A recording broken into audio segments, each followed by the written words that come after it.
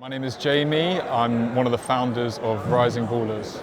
I think the key takeaways from our session today were about content versatility, making sure that every piece of content you create is versatile and can be used along different platforms. That was a key part. Other things, we believe long-form content still wins amongst Gen Z. There's a popular narrative in the industry that Gen Z have a short attention span and only like short-form content. We have plenty of formats. A video podcast, for example, called Perspectives. That's been one of our most successful series this year. That's an hour long in video, generally speaking. So I think, although that's the narrative in the industry at the moment, I think as long as you produce the right sort of long-form content that provides the right sort of value on the right platform to the right audience, you can still win that way. That's a key takeaway for us. When it comes to long-form content, to keep engagement throughout it, everyone talks about a hook on social media. It's really well known in the industry. We take our hooks exceptionally seriously. For one of our video podcasts, for example, Perspectives, hour-long videos, the editors actually spend more time editing the trailer / the coming up at the beginning of the video, which is about 2 minutes long, max, 1 minute 30 to 2 minutes. They spend more time editing that than they do in the whole video interview.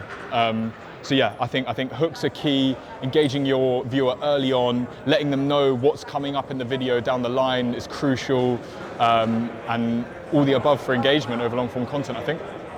Yeah, I think in the long run, in the long run future, exciting things to me are engaging with video via different hardware. We've grown up engaging with video on a smartphone like this. I know Mark Zuckerberg's been talking about the last few years, but removing the screen, that really excites me to see what other hardware comes out that we can engage video with. So that's super exciting for me. In the short term, I'm really interested in the direction that social video is going.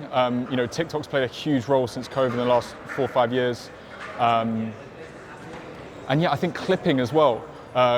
We use, for a lot of our stuff, we use AI tools to clip long-form content to short-form and publish that across different platforms. So how AI is going to come in and how that's going to impact video and consumption habits and editing tools and tricks, that'll be really interesting. That's what I'm excited about in the short run. Key opportunities in the future. I think social's still king, definitely. I think companies definitely still need to be publishing content on social regularly. I think that's crucial. I think that's only going to grow as time goes on. I think the market's different now to how it was in the past. When we started in 2017, it was a really big deal to have 100,000 followers on Instagram. Whereas now, I feel like in 2024, in such a short space of time, less than 10 years, you walk down the street and you could. Every third person you meet could be a TikToker with 50 to 100K followers. So things have become more saturated. It's harder to stand out as a creator and as a publisher. So yeah, the point I'm trying to make is that social media is far more accessible and democratized. It's easier to grow now. Information's way more available to you if you want to grow on social and via video as a brand or a publisher or a creator. So yeah, I think there's never been a better time than the present to leverage video to grow on social. Yeah, the event's been fantastic. It's actually our second time at one of these events. My co-founders, Ennie and Brendan, did a talk last time. This was my first talk. We really enjoyed it. The whole experience was great. We've met some really interesting people, really enjoyed doing our talk. It was great engaging with people after. They were asking us questions. It was a great opportunity to add value, and hopefully people took info from our talk and it'll be helpful.